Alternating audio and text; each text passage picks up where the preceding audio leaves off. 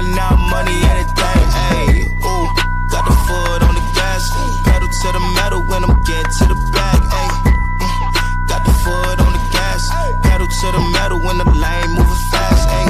Hey, let them all cross. If they hate, then let them hate and make a bigger boss. Hey. This episode is brought to you by SPI Logistics, the premier freight agent logistics firm in North America. For over 40 years, SPI has been diligently building the most successful freight agent network to provide first-class relationships for our shippers, receivers, and carrier partners. We are more than another transportation network. We are a dedicated team of professionals united by one singular purpose, and that is to expedite our agents' success. All of our agents are set up for success on day one, as they are provided with a full suite of support staff that is ready to assist them with everything from after-hours emergencies to financial and administrative needs on a no-fee basis. This way, you can focus on continuing to grow your business. There is no financial risk to start, and you have the ability to earn up to 75% in commissions. If you are looking to take control of your financial future and build your business with the backing of one of the most successful logistics firms in North America, visit www.spi3pl.com to learn more. Do me a favor and let them know that the Freight Coach sent you. What is up, ladies and gentlemen? We are back. We are live. It is the Freight Coach Podcast, the top podcast in transportation, coming to you guys every single weekday, 8:30 a.m. Pacific, 10:30 Central, to break down some industry headlines. But most importantly, you guys, provide some actual insight into what you can do with all of this information. If this is your first time tuning in, welcome. This is the real side of freight, ladies and gentlemen. And I do say that before every single show. And what I mean by that is I only speak with transportation professionals, because at the end of the day, I want to talk to the right individuals who have done what you're looking to do or who are currently doing what you're trying to achieve. So you can take that information, apply it, utilize it, and see a meaningful difference in your business and your life. Happy Friday, everybody. I got a very special guest for you guys here today. It's been a while since he's been on the show. And, you know, I look at with where everything is in the industry, you know, tech-wise and, you know, building out the infrastructure of your company. Where do you turn? Like, who are the right providers? Do you even need this? Because, you know, sales reps are very, very convincing out there. And on top of that, as a broker, I look at it like this. Are my shippers asking for this, or are my carriers asking for this? Or am I thinking this just might be good for me to work on internally? So we're going to break all this down about building out your tech stack. And I want to welcome back Mr. Kyler Ford with SupplyWolf on the show. Kyler, thank you so much for taking the time to join me today. Chris, it's great to be back, buddy. As you said, it's been way too long. So happy to be here. No, dude, I same here. It's, you know, it's been a while. And, you know, I remember when we first met back, you know, it's been like, you know, literally with like most people, it's been like 6 years now. And, you know, you've been on the tech side and you've been doing that. You've been living it before. I mean, before freight tech was sexy, you were on that, right? Yeah. And it's like now it's becoming more and more of a thing. But like, dude, with SupplyWolf, what brought you to this point where you're like, I'm going to go out there and I want to do this? Yeah, I mean, the kind of crux of the whole story was, you know, having been in this space for a little over a decade now, which it seems kind of crazy. And to your point, before freight tech was even really a category and or thing we talked about, right? You know, I've been on the sales side for so long and been part of some really great organizations and worked with hundreds and actually thousands of, you know, brokerages, carriers, and worked with shippers along the way. And there just seemed to be, like, there's a lot of noise, right, relative to solutions and services and all sorts of things. And we're all kind of going after these same types of folks. And I wanted to help clean that up, both for the buyer, which is the user, right, whether it's a broker or a carrier or a shipper, or even and then also for the vendor side, right? Help them clear up some of the folks that they need to get to more specifically that they could really help solve some problems for. You know, I could tell you tons of war stories, but there are many times I've been working in organizations that were well established and you'd meet with someone and they'd say, Kyler, yeah, I didn't know you guys did that. And I'm like, that's all we do.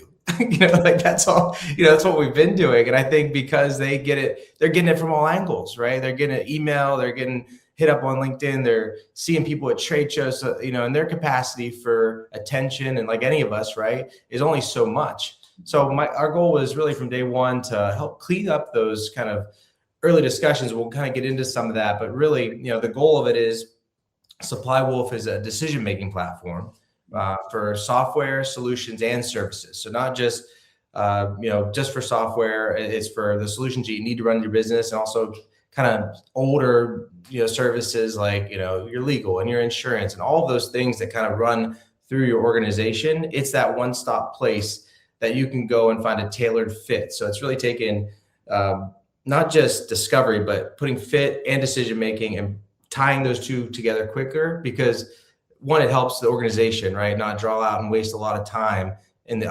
early part of that decision, but also it helps the vendor too, right? Like they want to move on and help you get a solution and move on to the next one too. So it's really that ecosystem that we're trying to tie together a little bit cleaner. No, I mean, you're hitting so many pain points, just like what I've gone through internally here at my company, because it's like there's so much stuff that's out there, Kyler.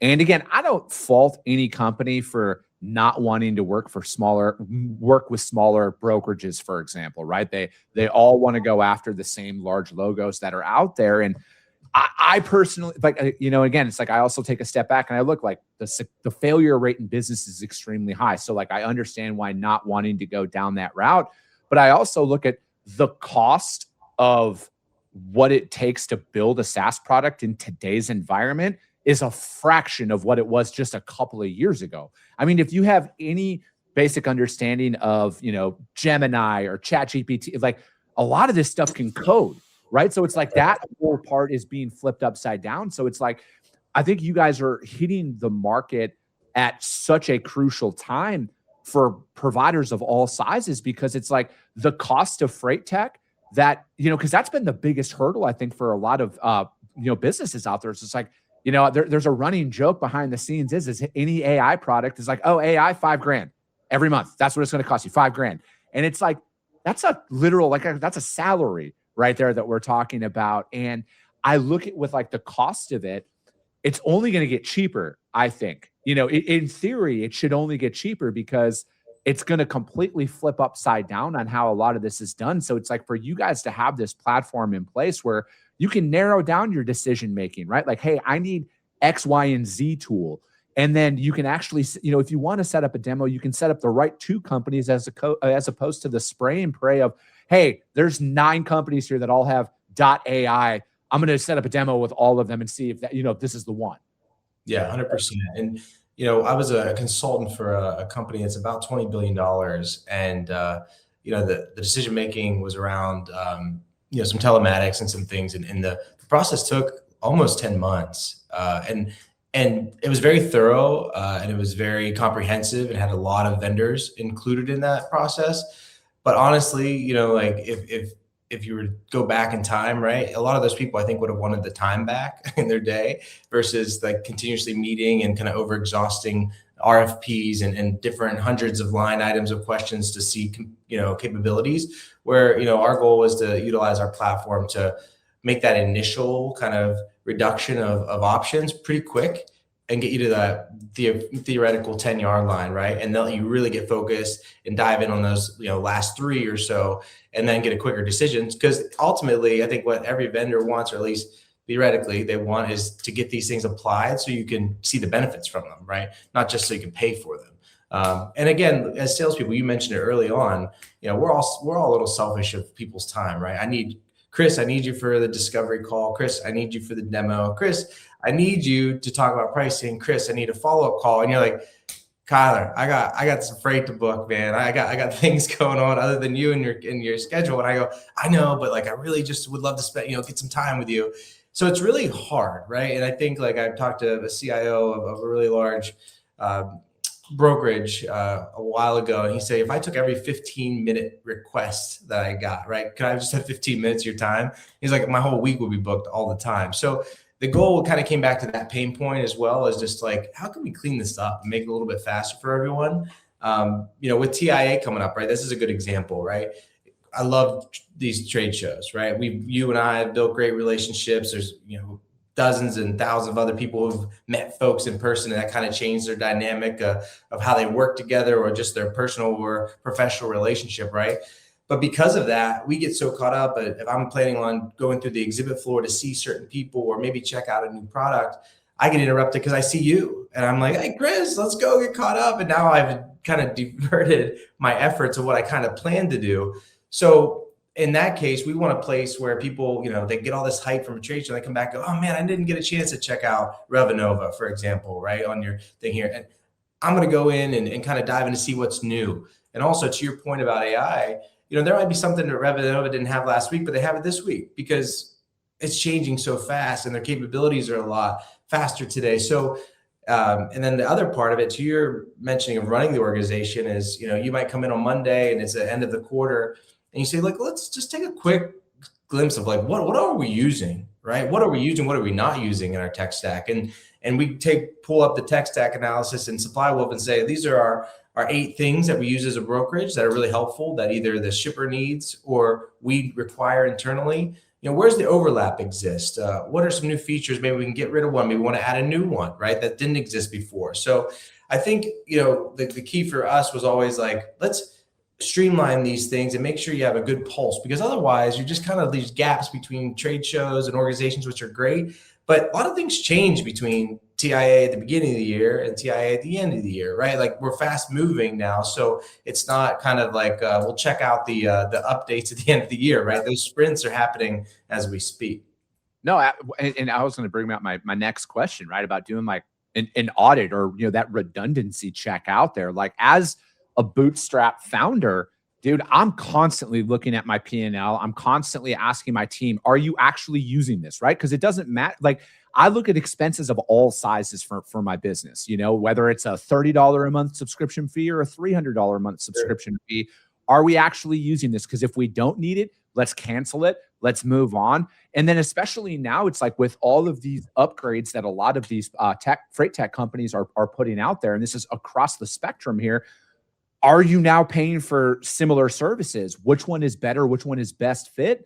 And you have to be doing that because it's like, I look at with where things are in the freight market as well, where it's like margins are going to continue to get compressed here on the broker side, right? Like I'm actually shocked at the amount of people who are not talking about this at all. And it just kind of like, I don't know if they just assume that they're going to be able to go back to their customers and the customers are just going to immediately give you rate increases on everything. But there's going to be a compression period here and people are going to be looking at their P&L with a scalpel, essentially. What can we cut? How do we stay? Like, how do we actually manage through this so we're not losing money here? And it's like, I had a really good friend of mine who's the CFO of a really large broker.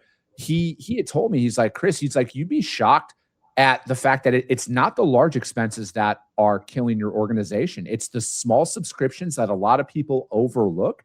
He's like, it's death by 1,000 cuts syndrome, because he's like, if it's got 3, 4, 5 figures on your P&L, you notice that stuff. He's like, you really don't notice the $40 here, the $70 there. And when he told me that a few years ago, I was like, I got to dive into my P&L. What am I spending money on that I don't need to? Right. 100%. And I think too, you mentioned earlier about, historically folks are going after large logos. I think part of this too is like, there's a disconnect. It's just hard, right, to put certain messaging on your website that relates to kind of all the things that you do clearly without saying we do everything, right? It's just hard. It's a hard marketing tactic. So I feel for, the people out there doing it. I don't think they're doing it on purpose, but alignment in terms of like, if you are $1 million brokerage, right, this is kind of where you need to maybe think about solutions that are like for you at this point versus, $1 billion brokerage, right? But we've built the SupplyWolf, hopefully, with the capability that you can go in as either of those people or in between and navigate such that you get matched up to ones that are for you. So you don't imagine going to a trade show, right? Like a manifest or something big, right? And you walk in the floor and above each booth is like basically saying, Chris, these are for you, right? Like this one, probably not for you. Like you don't have a warehouse that needs robotics. So navigate back here to me. I know you're approaching $100 million this year in revenue. These are some unique tools that other people of that size and shape kind of utilize. And what we did by doing that was we built out these personas, because again, any site you go to, you're like, where do I go? Like, this is cool, but I don't know where I start. Well, we built out personas for brokers, for forwarders, for shippers, for manufacturers. So one, if you're not that tech savvy and you go there and you're assigned as an organization to say, Chris, go find us the next, AI solution for X or whatever the case is. You're like, all right, I'll do it. And I go to SupplyWolf and I go, well, at least one thing I know I'm a broker. So I'm going to start there. right? And I go there and I can see kind of what that looks like, the ecosystem of all the solutions categorized correctly and mapped out correctly. Because what's nice about that is if I am a smaller or mid-sized broker, I can say like, oh, well, we don't have those things, but maybe we don't need them. That's why we don't have them yet, right? But it's nice to know that those are kind of custom templates of some larger organizations that we do maybe plan to be one day or not be, right? Depending what you want to do. And like that kind of gives you the structure. I think it's really great for a startup person in the space, right? They can go and say, well, this is what the road ahead looks like. But also, even for the folks at some really mature, large organizations, they can take a look and go, I never heard of those two solutions, right? Otherwise, you kind of see them at shows, you see their logo pop up. And honestly, like if you don't have time to dig in and find out, which a lot of them don't, right? They're running big organizations. They have a lot of people that report to them. It's hard to kind of dive in. And kind of where that hit home for me was I have a lot of private equity and different people reach out to me about solutions all the time, right? And they're like, what do you think about these guys? And there'll be logos, Chris, that I'll know the founder because they came from somewhere else, right? I'll know about them a little bit, but I can't describe in a clean sentence or two what they do. And I just thought to myself, if I can't do that, how do I expect the VP of operations or the CIO, CTO of XYZ brokerage or pick your carrier, right, to know what they do? And so it's like my job to be like, let's give them the leg up here and take out that and kind of articulate clearly what they do so they can decide if it's for them or not, right? Yeah, I mean, and that's exactly it, because it's like there's so many options right now for automation, for any tech tool that is out there in any industry. And it's like for you to be able to build that profile out and have those preferences, right? Like, hey, we're looking for X, Y, and Z for our business. And, because it's like you could literally spend weeks, and I'm not even over exaggerating this, filtering through everything just to get to a demo, just to find out, oh yeah, we actually don't build that. We don't have that yet. It's on, and then it's on our roadmap. So it's like, okay, so a year and a half from now, we're looking at like, I need this stuff today.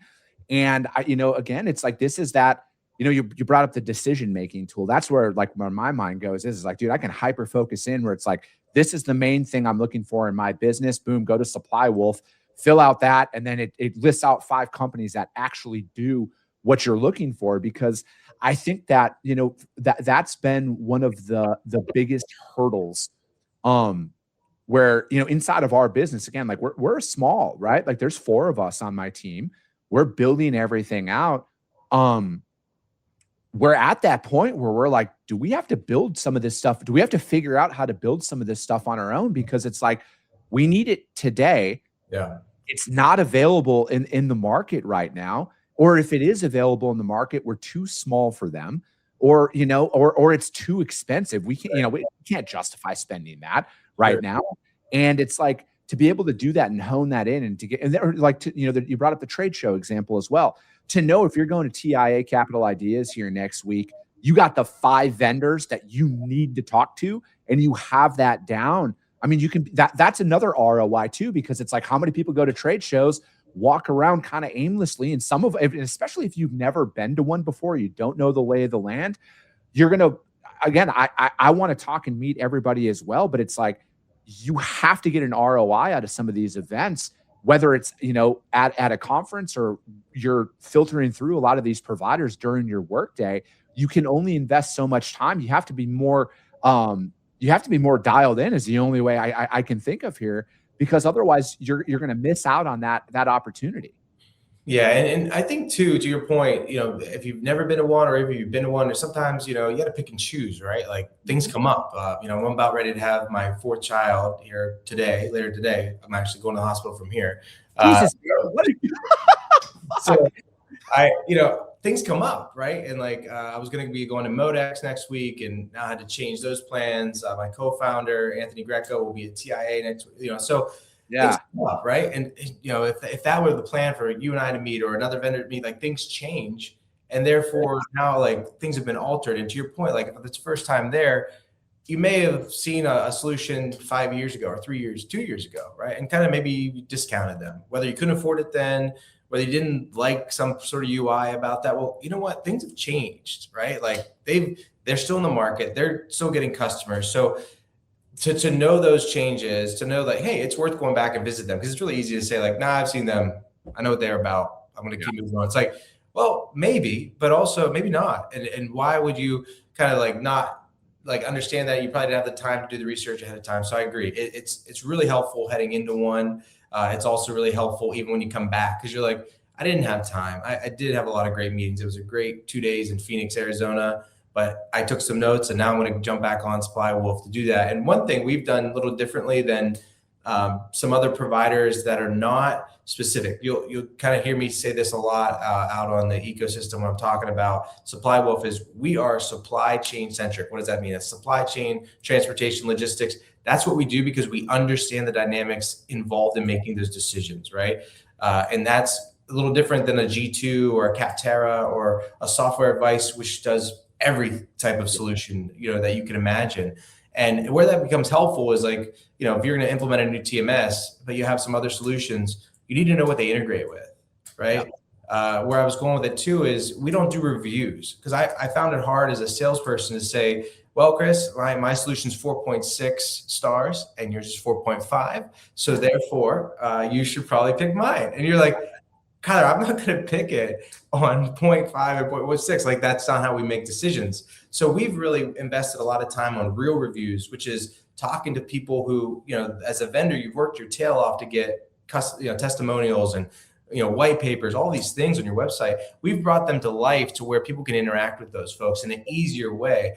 Because honestly speaking, there is probably some rough roads out of the gate, right? For most of them. And they're not afraid to share it, but they're also willing to say, like, look, once we got past that, or maybe we would have done it differently looking back, then people can have the right frame of mind to make a decision, right, as to what they're thinking about. Because as much as they like hearing it from a salesperson, right, or from the organization themselves, we exist as SupplyWolf to be that third party kind of intermediary to say, hey, look, we've vetted them ourselves. Yeah. We've talked to the customers. This is accurate as what they're proposing. So, make whatever decision you want, but don't believe that slick sales guy. I know he's pretty convincing, or she's pretty convincing, but like we're validating that for them. How, like with all of that, you're talking about the validation aspect of things. How are you guys going about, data security and cybersecurity? Because that's something that I think a lot of people don't think about in the moment, is, hey, if I'm going to be running all of my company's information and if somehow this is connected with my customers direct depositing money into ARC, like, is there, like, how are you protecting that ecosystem? And, again, I am a massive fan of cybersecurity now. Shout out to my friends at the NMFTA. I've been going to their cybersecurity conference for 5 years. And I'm like, that's my first thought on everything now is how do you protect the technical infrastructure of your company? So it's like, are you guys taking that angle? Have you guys done a lot of that work? It's interesting you say that, because we don't take any transactions as a theoretical marketplace as you would think of like an Expedia or something like that. So we do have some partnerships with some buy now, pay later people that we're going to be implementing later this year to try and help some folks along the way, with our factoring background, both Anthony and I kind of understand the component. But to your point, I think, and for personal reasons, I'm pretty connected to some large cybersecurity organizations, and I'm huge on it because we also offer that as like a service in addition to where you would think, all right, I'm on this platform, I'm looking for tracking, TMS, WMS, all these things, right? But we also have solution providers on there with cybersecurity. So because we've seen some of the large carriers and brokers, right, have had incidences where they've had some breaches. So we are pushing those types of solutions to people, and push is a way of getting them in front of them to say that, like, maybe as a broker, you never thought of this, right? Like, you're thinking about it, but maybe someone else is like, no, we have everything in place. We would never think about getting cybersecurity unless our like insurance provider or someone, was offering cyber, liability insurance or something. But these are the types of solutions we're also saying, like, in your tech stack, because I think if you look back years ago, probably a large broker didn't have a Salesforce or a HubSpot, right? As a CRM, they just didn't think they needed. They should Excel or do it in their TMS, right? But now they do. And now you add in a layer of cybersecurity in that as well, because we've being in a payments background, we understand both from a identity situation and the things that you share as a user, as well as the vendor's information. Like we do our at Epicenter where things start getting pretty detailed. So we have a really strong grasp on that, and spent a lot of time from day one building the foundational infrastructure to manage that and be at scale. Because as we continue to add vendors every single day, more and more information is comprised into us, and we're super sensitive to that, as you can imagine, right? Because anything you're buying or evaluating, you're also like saying, I'd like to know kind of where it costs, right? Because you mentioned it, right? Like, I love that. That's great. Kind of how much does it cost? Does it fit in our budget? So we have to be very, sensitive to that, as well as what we share, what we don't share. And we leave that up to the vendor or the customer to see, and then try to give as much visibility into that to the user as we can. So at least they can make, budgeting decisions and understand which one fits into their level at that given time. So, but it's a great point, and I think it can't be said enough. And probably a lot of people, if polled, if we sent one out, would say they are not fully confident in the way that their cybersecurity is structured today, right? No, I agree. Do you think, and I'm asking you this not even as it's just kind of like your tech background inside of the industry. Do you think that in the next couple of years there's going to be not a consolidation of companies buying each other, but like, do you think it's going to be so much easier to develop products, and there's going to be like a one size fits all, like it's going to have all your payable, like your factoring in that platform. It's going to have your tracking. It's going to have, integrations in with the FMCSA, so you can do all your carrier vetting. Do you think that is where it's going to be? And that's kind of the direction of where things are heading? I definitely think there'll be consolidation, because I think there'll be areas where, as a company, you might say, we're thinking about doing this also, right? In the past, and this would require, to your point, a lot of engineering investment, depending how you're capitalized. Your venture capital partner or your private equity partner may say, we're not in for that, right? We're kind of in for what we do really well. And I think those capabilities will exist and allow you to expand and do more things.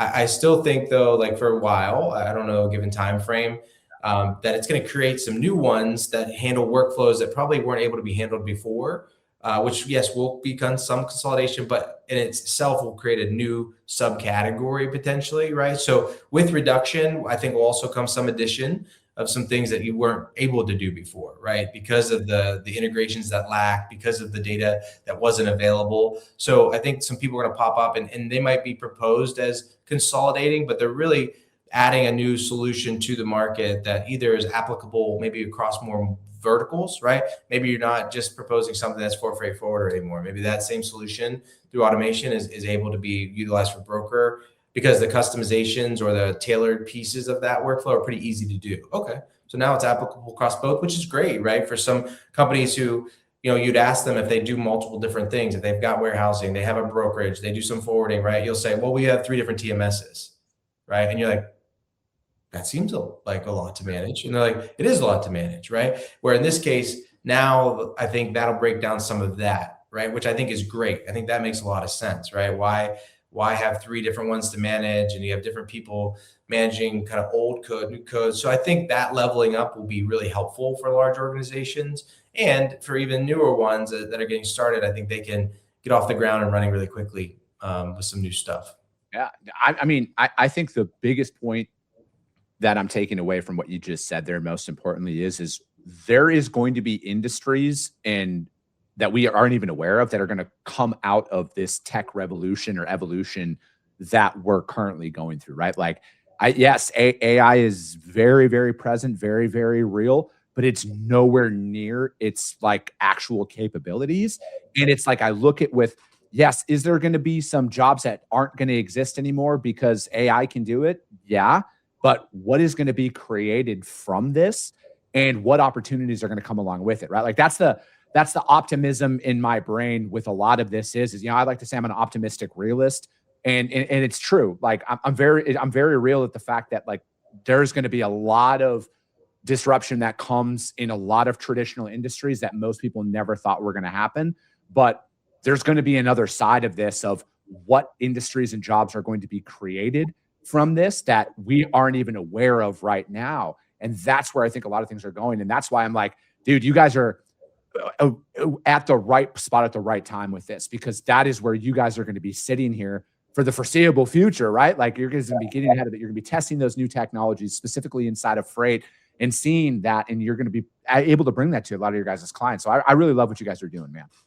Well, I appreciate it. Yeah. And that the AI revolution that you're talking about is pulling a lot of data from our platform already.